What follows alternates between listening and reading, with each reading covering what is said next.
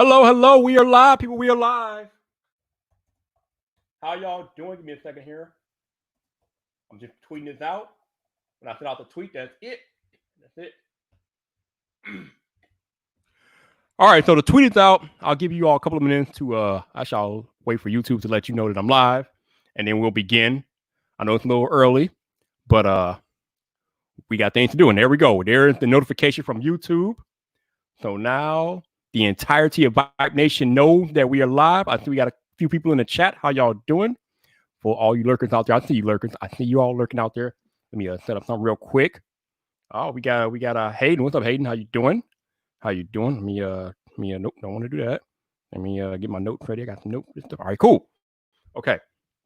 All right. I told people to be early, so they're not early. That's on them. I don't have really time to wait. We don't have Mark for a lot of time today, so I gotta go. So let's get this party started. Let's get the intro and let's get my man Mark Gurman up in here. So this is VypDrive episode 96. And oh man, this is a bombshell, baby. We have the world's best Apple reporter coming up next. That's right. Bloomberg Mark Gurman is here today. He's joining the captain of Team Apple, and we're on VypDrive, which starts now. What's up, people? This your boy Viper, the man about tech, and welcome back to another episode of VypDrive. This is the podcast about tech, hosted by the man about tech. And oh my goodness, I have the world's best Apple reporter coming to the podcast. We have Bloomberg's Mark Gurman in the building. What's up, Mark? How you doing, man?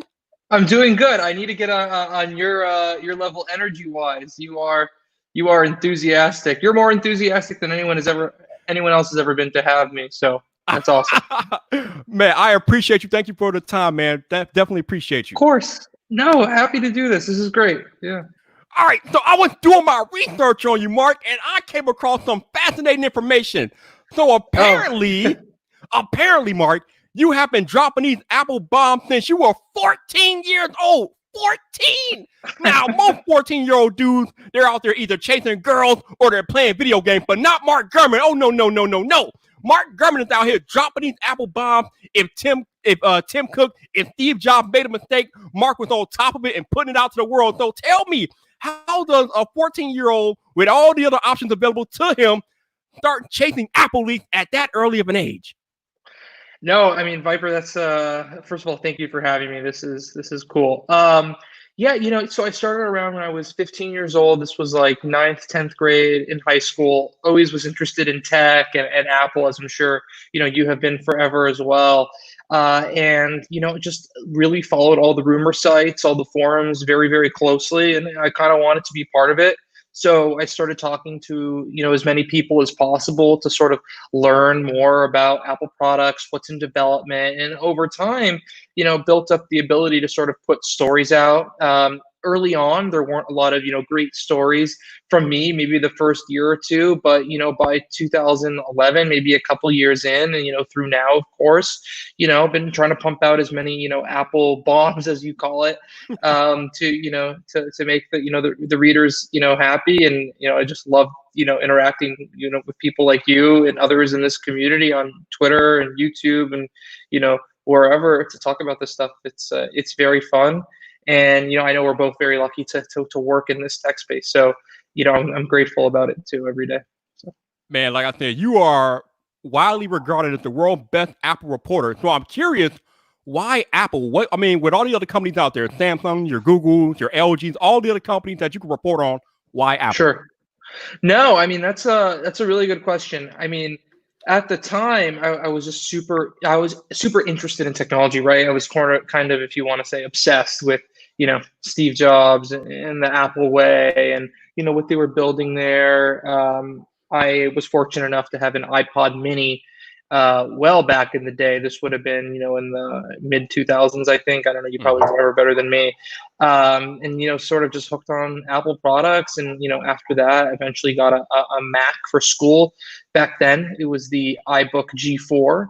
And it sort of went from there, just hooked on Apple products, waited in line for the iPhone for several hours, as I'm sure Ooh. maybe you and many people watching, many people in your the online community here have done as well. So was really in the thick of things, and started hearing things and started posting about them online. All right, so let's talk about the stories and things that you have posted and stuff like that. So Sure. a lot of times, the information that you post are leaks and rumors about upcoming Apple product services, things like that. So I've talked to my buddy John Prosser about this, about how he goes about protecting his sourcing, because I know that's a big part of being a leaker and reporting on leaks. People trust you, Mark, to deliver the information, but they also trust you to deliver the information in such a way that doesn't compromise them. So I know you can't get into the nitty gritty, but talk to us a little bit about how you go about protecting your sourcing, because I know that's a big part of getting the information that you have access to. Yeah, no, Viper, it's a good question. And like you said, I really don't go into it. I do have, secure messaging and email things listed on my Twitter and website. So, people are welcome to take a look at that. But, this is I love doing what I do. I love reporting on Apple, right? Obviously, there's a lot of people who are really interested in their upcoming products. And so it's a fun job. It's fun to do this, and I feel lucky to do it. Y'all see how you just curved around the answer? I appreciate that. I respect that. I respect that. Nothing wrong I'm with PR that. trained. right. I got you. So, oh man. How do you determine what information is credible and worth reporting on, and what information is not? Yeah, I mean, that might be a better question for some people who are putting out incorrect things lately. I think there's a lot of wrong information floating out there right now, but I think people trust my ability to sort of go, mix through the BS and understand what's true and not true. And I think the best way to do that is experience, right? When you're working on this stuff for 10 years, 11 years, like I have done, I have a pretty good eye and a pretty good ear for what's true and not true. Also, it's important to only trust people who are constantly accurate, right? So Mm-hmm. there's a big difference there between my reporting and so-called leakers at this point. All right. So since you want to go there, Mark, let's go there. So there was a recent report about AR glasses. Our buddy John Prosser made a whole video on his YouTube channel about the potential AR glasses, and I know you have posted on Twitter that that some of the information that was put out there you didn't think were credible, were BS. So I guess my question to you is, what is it about the information? Because I think the biggest thing was, I think Prosser put out there that there might be some Steve Jobs Heritage Edition Apple AR glasses that could be coming out. And I know you were like, there's no way in hell. So what is it about that particular piece of information that you were just like, that's not happening? I didn't watch the video. I didn't really, look into it too deeply. The Steve Jobs situation, I mean, it's obvious that it's not true, but I rather not comment on other people's work. Okay. I like to focus on what I'm doing, and yeah, would love to hear about some of the stuff you're working on as well. It's not only about me. Any news to share on your end? How's the podcast going? I want to hear more about your work too. You are a smooth operator. I can respect that. I appreciate that. No, it's for sure. I'm for real. No, I respect that, man. It's all good. As far as the podcast goes, I mean, it's funny because with the current situation and the coronavirus and things like that, it's been a lot easier for me to get guests because obviously we're all at home. So I've been able to get a lot of high profile people to be my guests on the podcast. And at one point, I had this podcast and actually the top 200 of Apple tech podcasts on Apple Podcasts. So I'm trying to get back into the top 200. So yeah, I've been doing it since last January. The podcast is about a year and a half old. This is episode 96, actually. So we're fastly approaching episode 100. So man, I've just been doing the best I can. And I also make regular YouTube videos on my other channel about Apple news and things like that. So yeah, I've just been doing my thing. Oh, that's cool. That's cool. Do you do that full time, like the podcast and the YouTube videos? Not really. I have a regular 9-to-5 job that I do every day, but when I'm not doing the 9-to-5, obviously I'm working on YouTube and the podcast and things like that. Very cool. So that brings me to another. I guess we can segue to another topic there. You are obviously a tech reporter. You work for Bloomberg. Have you ever thought about? And I know you have appeared on video for Bloomberg. So have you ever thought about yourself making a YouTube channel? I dabbled with it when I was in many years ago, before the online side, but it's not something I'm actively working on. I do enjoy video reviews and talking about the latest news and such on things like this with you, Viper, and other podcasters and TV and such. But I don't think I'm going to do a YouTube video channel. If I did, it would be a little bit maybe in a more of a podcasty format. But Ah. nothing I'm looking at currently. Just spitballing. All right. Speaking of podcasts, have you ever thought about starting your own podcast? Yeah, I mean that's a good question. I mean, right now I'm very focused on the work I'm doing currently. But who knows what will happen down the road? You ask good questions, by the way. These are good questions. So Thank you. I got nothing for you on that one. Just focused on what I'm doing now. I completely understand. I mean, the things that we do, especially working in the tech, they keep us busy, especially with Apple, with WWDC being, 6 days away now. So we are very busy right now, definitely. So what are you looking forward to at WWDC? I was going to ask you that at some point, but let's talk about it right now. So I am looking forward to seeing what Apple unveils with iOS 14. The one thing, Mark, I've been complaining about for the past 2 years is I have an iPhone 11 Pro Max in my hand here, but one of my biggest gripes with it is that I can't do picture-in-picture, or we don't have actual real multitasking. Now, out of all the leaks and rumors that I've heard about iOS 14 so far, none of them have alluded to actual real-life multitasking, which kind of infuriates me because, as you know, Mark, the features already exist on iPadOS, so there's no reason, to me anyway, why those features can't be ported from iPadOS to iOS. But do you think we'll ever get features like picture-in-picture or multi-window on iPhone? Very good question. I think we would get picture-in-picture before we get something like side-by-side. I think they like to keep it exclusive to the iPad in order to, sell more of those. But who knows? I guess it's possible, right? I mean, the side-by-side stuff is cool. I still think the iPhone screen is a little too small for that. I've used the side-by-side stuff on the Samsung phones and other phones, and it's not a great experience. But man, I totally agree with you in terms of having picture-in-picture. It would be great for YouTube, video pods, stuff like this, obviously. So yeah, I think that'll be a thing at some point, maybe this year. Hope, like I said, I've heard nothing that alludes to it, but hopefully we'll be pleasantly surprised at WWDC. But talking more about WWDC, obviously you've written a bunch of articles and things like that about what we can expect to see at WWDC. So why don't you go into that a little bit? Let us know what can we expect as far as iOS 14 goes at WWDC next week.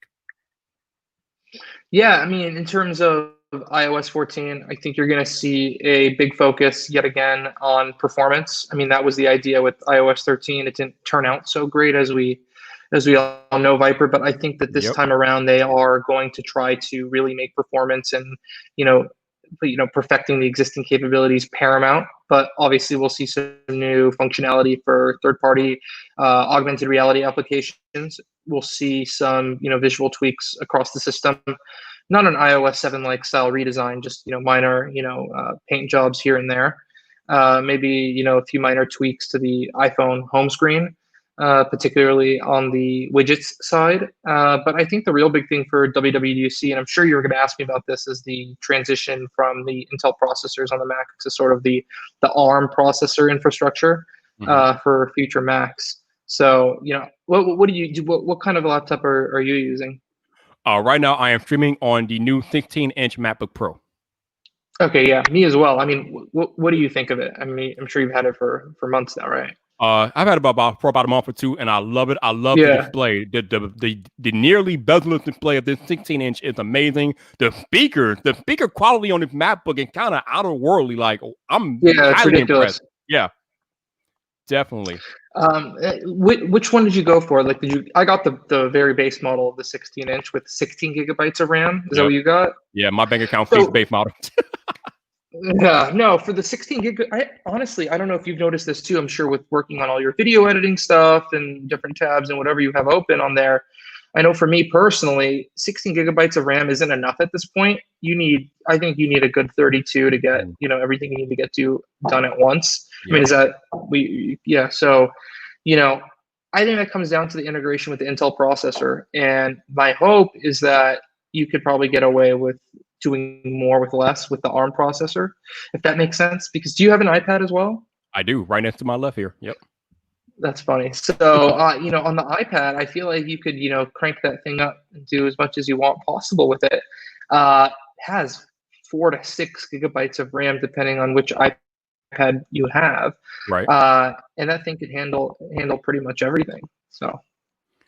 All right, so let's dig into this a little bit more. Can you please explain to the people watching and the people listening, what does it mean? What does the transition to ARM architecture mean for MacBook for the future? What does that mean exactly? No, that's a good question, Viper. So basically right now, all Mac computers use an Intel processor. This is a chip designed from Intel. Obviously, they're based in California. They've been providing the Mac processors for since 2006 at this point. So about 15 years, a decade and a half. And what Apple will be doing is they'll be sort of ditching those processors for in-house design chips, very similar to the processors used in the iPhone, the iPad, the Apple Watch, the Apple TV, the HomePod, any of your other Apple products. What that's going to do is it's going to allow the computers to be on a similar foundation to the rest of Apple devices, make them more integrated, make software work across more Apple products. And I think it's going to overall make a better user experience over time for the customer. Obviously, it'll save Apple quite a bit of change as well, given they won't be paying that bill to Intel every quarter. Now, right now, Macs have about 10% of the PC market. Do you think that Apple transitioning to ARM chip could potentially put a bigger dent in that market share for Apple? Good question. Yes and no. So no, in the sense that Apple's been hovering at that 10% mark for quite a bit of time. So no, from that perspective. But yes, in the sense that perhaps Apple has been at that 10% because their computers are not good as they could have been because upgrades have slowed down. And what ARM will do is it'll unlock the ability for them to make, future Macs and stuff that they wouldn't be able to make today. So from that perspective, it's very possible that they would be able to, up their market share. It's funny because we know that the iPhone, the A series chips and iPhone just lap what's happening on the Android side. So I'm interested in the if when Apple transitions over to ARM chip on the MacBook, will they have the same like power gains and be able to leapfrog their PC counterparts? And who knows? That's what I'm thinking, Viper. I think that will result in huge increases. It'll improve the overall Mac experience. It'll do better software. It'll make them easier to use in some respects. I woke up the other morning, not from my alarm clock, but my MacBook Pro, the 16-inch we just talked about. The fan was spinning like an airplane, right? It's just like you run into these bugs and these issues from time to time on Macs that, to be honest with you, I think are a lot of times caused by the Intel processor stack. And so I think moving to the Apple chipset will solve a lot of the problems. To your point, it might grow market share when people start to, take a look at the Mac and say, you know what, these things are better. Perhaps the ARM transition can bring down pricing. Who knows? So yeah, there's a number of factors that I think maybe could get Apple eventually up to 12, 15%, but I don't think it's an overnight thing. Right. And to your point, every time I live stream on this MacBook, or any MacBook for that matter, the fan spin out of control like a jet and taking off. It's kind of crazy. Yeah. Yeah. It's like a $2,000 private jet. Definitely. So we know that the coronavirus has kind of put a stop to pretty much everything that's happening all across the world. We know that the iPhone will probably more than likely be delayed. I've been saying it for months now. And for whatever reason, every other week, there's a different article coming out and saying, oh, iPhone will be delayed. I'm like, this is not new. We've known it for months. So maybe people won't believe it coming from my mouth. But Mark, can you please explain to the people that the iPhone 12 will be delayed this year? There's no way it's coming in September. It will be announced in September, I believe. And then I believe it will ship by the end of October. So what you're going to see is, listen, my belief is that the Apple release cycle is typically between mid-September and the end of October. So it's not really out of the normal range. But it would be about a month delay or so compared to the iPhone 11 launch and the XS launch before that. I think if you built a chart, you would say maybe 60 or 70% of the time, maybe 80% of the time, the phones go on sale in September. But there have been quite a few times, or there have been at least 3 times where they've gone on sale in October, and you've seen the iPhone 10 launch November 3rd in 2017. So it's not disastrous by any means, but certainly it is a delay. Definitely. Shout out to the 22 year old that are watching this podcast live on YouTube. I appreciate you guys. As always, if you want to donate to the podcast, you have the option to super chat. You can become a channel member, or you can buy me a coffee if you don't want YouTube taking a cut of your super chat donation. The buy me a coffee link is in the description. None of this is required, but anything that you are willing to contribute is greatly appreciated. Shout out to those of y'all listening on audio only. Thank you for listening to this week's version of the podcast with me and Mark Gurman. Appreciate you guys rocking out each and every episode. If you guys want to support the podcast in any way, please check the link in the show notes. If you want to follow Mark Gurman, check the link in the show notes. His information will be down there. Also, if you happen to be listening to this on Apple Podcasts, please consider leaving a rating or review as it helps more people discover VypDrive. So I appreciate you guys listening to the podcast each and every week on your podcast app of choice. Mark, I got an interesting question for you. We know that Apple has HomeKit, right? They have the HomeKit app on most iPhones and iOS products and things like that. But up until now, Mark, Apple has had very little to no presence in home automation and smart home tech. Why? Yeah, I mean, you're totally right. I mean, the ecosystem is closed up to the point where it's like they have, I believe, between 400 and 500 compatible devices with HomeKit, whereas you're topping 100K for Amazon and Google combined, Viper. And so it's like, there's just not that many devices on the market. I've written that that's going to change. Their goal is to get their stuff way more integrated with different home accessories. So I think that's going to change. I'm curious, do you use any HomeKit accessories or any smart home stuff? Yeah, I have a few Philips Hue lights up. Yep. Got it. I think lights and locks are probably the two most. Lights and locks are the two most significant things. Yeah, probably. For sure. Like locks are very convenient and lights are very convenient. I'd like to see deeper integration with maybe thermostats within the Home app. I think it would be cool if they were sort of like the control center for thermostat products, but obviously like Nest and, at all the other ones, they sort of like to use their own interfaces.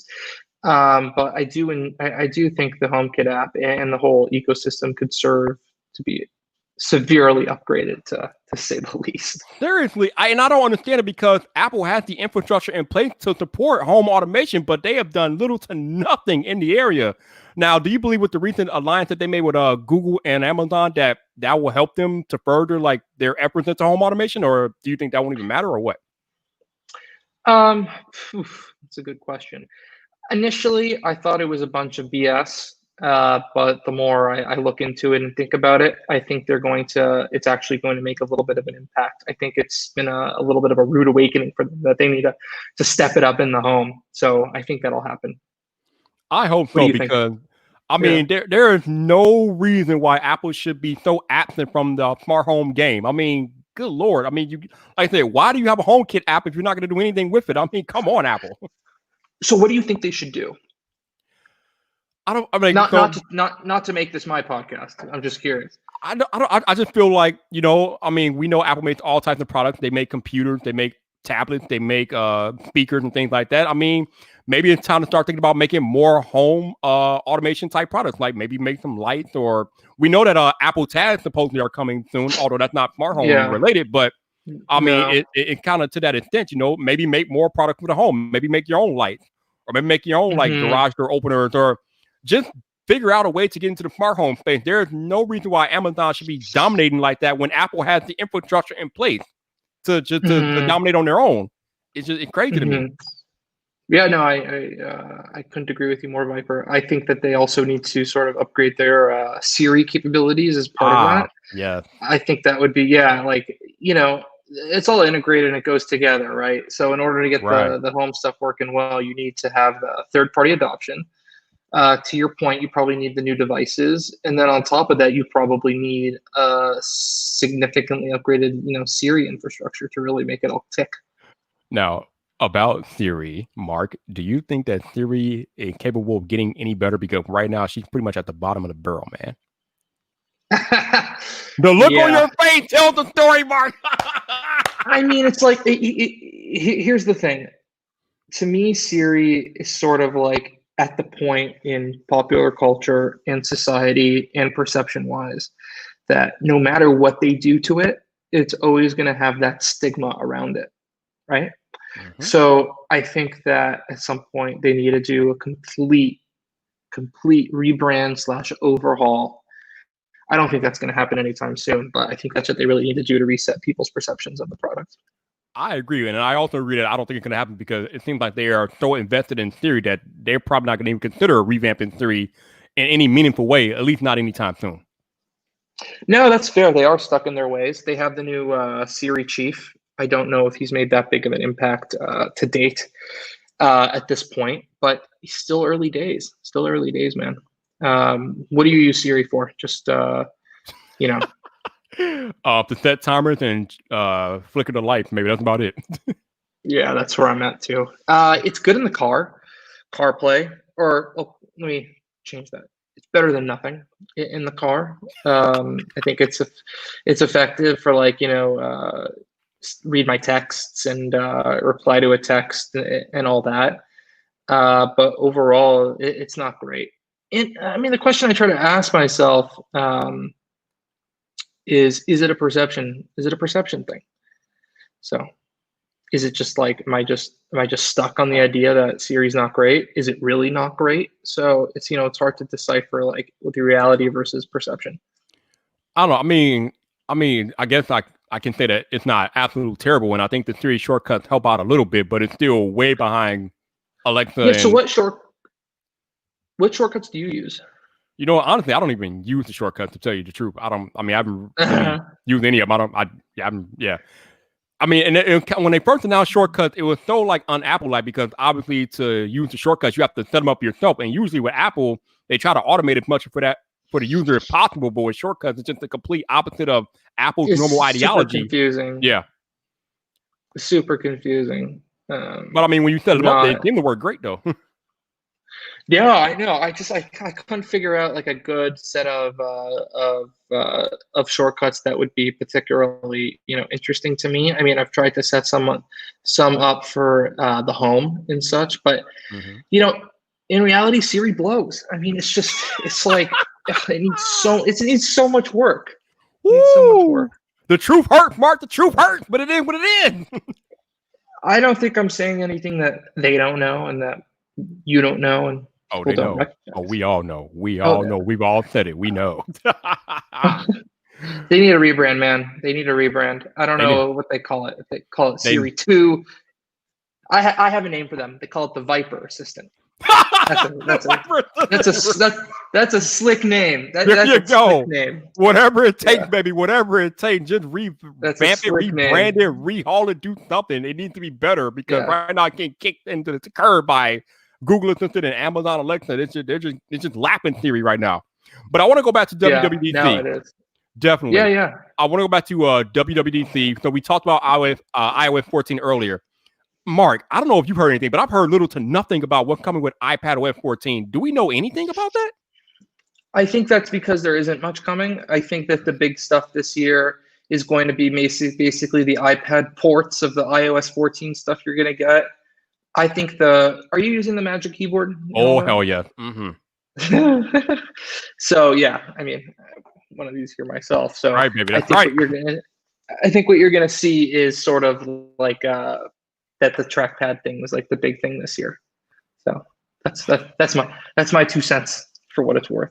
I mean, it's worth a lot. But, I mean, I kind of understand it because a lot of the stuff came with iOS 13.5 and things like that, but they got to have more coming for iPadOS. I mean, iPadOS is still fairly new. It was only introduced last year, so I'm hoping they have some more new stuff that we just don't know about. Cause I hope so too. I think it'll, it's not a big. I think so much went into getting the Apple chips, ready to go. That's a lot of the focus this year on the Mac OS side. These are all similar teams developing these things. So, all right, so next year might be bigger. Yeah. Yeah, hopefully. Okay, so let's talk about iPhone 12 a little bit. Okay. We know some of the things that could be coming down the road with iPhone 12. Obviously, the big talk is about 5G, but the other big talk is about whether or not the iPhone 12 will have a 120 hertz refresh rate. I'm of the mindset, Mark, that the 120 hertz refresh rate is not a big deal. I know some people make it out to be a bigger deal than I think it is, and I don't think it's a big deal because it doesn't fundamentally change the way we use our phones. I'm curious to get your thoughts on the whole 120 hertz refresh rate debate or feature. What do you think about it? Yeah. Interesting question. I don't particularly care.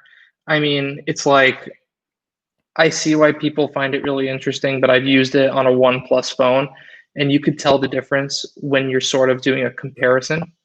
But in daily usage, in daily practice, I don't think 99% of people are going to realize the difference. Is it a nice to have? Absolutely. Will they do it when they can do it? 100%. But it is difficult to pull off correctly depending on the type of OLED screen you're using. So it's a little bit more complex to pull off on the iPhone compared to the iPad, which has had it since 2017 at this point. Right, because the iPads have an LCD display and not OLED. That's so right. Like the technology is different. I think the big thing is whether or not Apple can integrate it in such a way that it won't completely murder battery life. Yeah, no, I mean, I don't. So the way they have it prevent battery life issues, I'm sure, as you know, on the iPad at least, is that it kicks in depending on what you're doing. Right. So it won't be working at all times. I know on like some of the OnePlus phones and some of the Android setups and Samsung phones, you sort of can choose if you want full throttle at all times. So I think that's the way they'll probably do it on the iPhone. It'll be variable. That's what it's called, variable refresh rate. Yeah. I think a lot of it may be hinging on this technology that's out there called LTPO. Forget what it stands for, but I know it has something to do with refreshing the rate or making it variable. The refresh rate makes a variable refresh rate. That's what the Apple Watch has. Yeah, that's right. But on the Apple Watch, it's only up to 60 hertz. Mm-hmm. But yeah, I know, like I said, the main thing is to be able to vary that refresh rate so you're not constantly killing the battery depending on whatever actions you're doing on the device. So we shall see. I just saw something on Twitter that Apple have or the 120 hertz refresh rate on iPhone Pro models have passed the initial inspection, but they still have a lot of more tests to run on that. So we shall see. Nothing is in stone yet. Well, here's the thing. I mean, I think it's sort of in stone. I think these things were decided already. So anything you're seeing now, on June 16th, talking about what Apple may or may not do in October, I think it's sort of information flowing through, well past decisions being made. So. Yeah, but we also know that feature can be cut at the last minute in software too. So, yeah. That's true. Very true. Very true. So it's possible the hardware is there and the software is removed. Very true. Yeah. Very true. All right, so let's talk about foldables. So right now we got the Galaxy Fold out there. Samsung they got a Z Flip. They got the Galaxy Fold 2 in the works, and we just seen some type of patent out there that Apple is possibly working on a foldable device, I guess, with a two-screen device with some type of special hinge. What are your thoughts on foldables, and how close do you think Apple is to making a foldable device?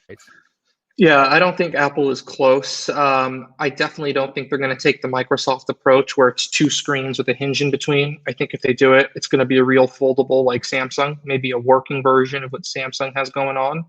I think there's a lot of complication that goes into the foldable type of device. I think that you can get sand under the screen, you can get dust under the screen, and it can potentially be very problematic for the display. And I think Apple is not going to do it to a point where the thing is basically unbreakable. I mean, you have an iPhone 11 Pro Max, right? You can throw this thing across the room, and it will, it won't break. So I don't think Apple's going to do a foldable phone until the point where they can get the quality to that standard. That's how I really feel. I don't think the Microsoft approach is that effective. I'm not really sure what the benefit you get of two screens with a hinge in between. You're not really solving any problem. I'm sure it's something they've looked at. I think I saw a patent for it earlier today, but I doubt it'd be something that Apple would pursue full throttle. I really do. What do you think? I don't know, man. I know Project Catalyst is out there, and I know the crux of Project Catalyst is to merge like macOS and iOS apps together. So maybe that could be the foundation of a folding device in the future. But like you said, I don't think Apple is particularly close to a foldable. But maybe down the road, I mean, I don't know. I think it's very experimental. I don't think it's something that's gone very far yet. It's still early. They have a lot of stuff they need to get out the door first. So definitely. So earlier we were talking about AR glasses. So there's been a lot of rumor and speculation that Apple is working on some form of AR glasses. What are your thoughts on a potential pair of Apple AR glasses? I really didn't mind Google Glass. I thought that at its core, it was a beta product. It was about $1,000 too expensive. I thought the software ecosystem was garbage, but I think in terms of the fundamentals of the product, having a pair of lightweight glasses that can show information to you. By the way, it didn't work very well, but at a very fundamental level, I thought it was a cool concept, and I think that if a company does it correctly, it'll be a smash hit. So I'm excited to see, how Apple pulls it off. I think there were some rumors to your point earlier about them launching such a product next year. It's not going to happen. Apple won't be launching AR glasses until 2023 at the earliest, or releasing until 2023 at the earliest. So, make sure your expectations are correct for that. Not you personally, but right. people watching and such. So right. So whenever they do get around to launching their AR glasses to the mass public, what do you think they will entail? Because obviously there'll probably be something like of a notification hub like the Apple Watch was when it first came out. But I think somewhere down the road we can get an experience like a flyover on Apple Maps where you're looking around your environment and maybe you're looking at a certain establishment and then you can pull up the name, like times and opens and closings on your AR display and things like that. Where do you see Apple going with the AR glasses? I think it's going to be both of those things, Viper. I think you're going to get a mix of basically an Apple Watch on your face and the ability to look at stuff and it sort of tell you, like, the example I like to always give is you could be at a what's your sports of choice? Basketball, football. Basketball. I'm a huge basketball guy, and I always like to give an example. It's like I could be at a Laker game. I wish could go to a Laker game right now and sort of look at a player, right? Look at LeBron and be like, okay, these are LeBron's stats, right? This is his averages for the year, or maybe this is what he scored this game. But I saw like some demo. I think the Clippers are actually doing this on this TV network, using a form of AR where depending on where the player is standing on the court. Do you play NBA 2K? Not recently, but I have, yes. Okay, so like I've been playing a lot of 2K on the Xbox lately, and it'll show you, depending on where the player is on the court with the ball in his hand, it'll show you the percentage of what the shot will be, right? Like if Kawhi is behind the 3-point line, he has a 39% chance of making this shot, but if he has two defenders on him, that drops to 26%, or if he's completely wide open in the corner, maybe it's 49% or 50%. So imagine wearing AR glasses at a ball game, and then it'll tell you, sort of like, okay, LeBron has this percent chance of making that shot. That would be a cool application for AR glasses that would be sort of an experience you wouldn't be getting at that game otherwise. So. Right, or maybe when he's at the free throw line, you can see what the free throw percentage is in real time. Like, yep, that'd be cool. Like 40% if we're talking about LeBron. Right. You're right. So you're right. That's the one knock on him. He is incredible. And you're from Chicago, so are you on the Michael Jordan train? You already know. Yeah, I don't even want to get into this debate with you, Viper. No, we can't do it. But I did you watch the doc? I watched parts of it. I haven't seen the whole thing. No. Oh, you got to see the Dennis Rodman episode. It's amazing. That guy, he was incredible. Were you watching during the 2-3 beats? Oh yeah, I would, of course, absolutely. Oh my God, Michael Jordan was amazing. Yes, I still like LeBron though. Yeah, that's okay. You are allowed. Yeah. All right, it's all right. So I got an interesting question for you. Feel free to answer however you want to answer. I know you'll do your best, but I have noticed, and I think I and my other creators in the YouTube space have noticed that there seems to be some type of what do I want to call it? Some type of what's the word I'm looking for? Some type of I don't know if I want to say rift, but there seems to be some type of dislike between YouTube creators and things like that and actual tech journalists. And it seems, from my perspective, it seems to be more on the tech journalist side. Like, they just look at YouTubers with this sort of disdain or something. And I'm not sure why, because from my camp, I just think we all want to work together. Like me and you, we're doing this podcast right now. That's how I envision it. But it seems like that some of the journalists, I'm not saying you, but some of the journalists they just don't like the idea of YouTubers doing tech content, things like that. Why do you think that is, or do you even have any thoughts about this? I got to tell you, this is totally honest. This is the first I've heard that. Okay. I'm happy to talk offline about it with you about where you're saying this, but no, I haven't heard that. I certainly personally don't feel that way. I mean, I'm doing this with you right now. There's a bunch of YouTube channels I enjoy watching. So yeah, no, this is news to me. I hope no one feels that way about me, because I certainly don't feel that way. Okay, so let's go into a little bit. Who are some of your favorite YouTubers? I mean, you, of course, but liar! Don't lie, Mark. Don't lie. No, I'm not lying. Marquise Brownlee, MKBHD. I follow him pretty closely. Lou from Unbox Therapy, I think is great at his unboxing, and I like his shtick. Obviously, there's Everything Apple Pro. I ran into him at a Samsung event a few months ago, pre-coronavirus, or right when coronavirus started happening. So I do tend to pay attention to those three channels. I think that they've carved out their own different channels. I'm sure there's a few that I'm forgetting about, and please, if you're watching this, please excuse me. But yeah, I certainly don't feel that way at all. I love YouTube. I watch YouTube all the time. Mostly NBA highlights, if I'm being totally honest with you. But yeah, no. This is news to me. I saw you on Twitter giving Brian Tong hell for his liking of the Warriors.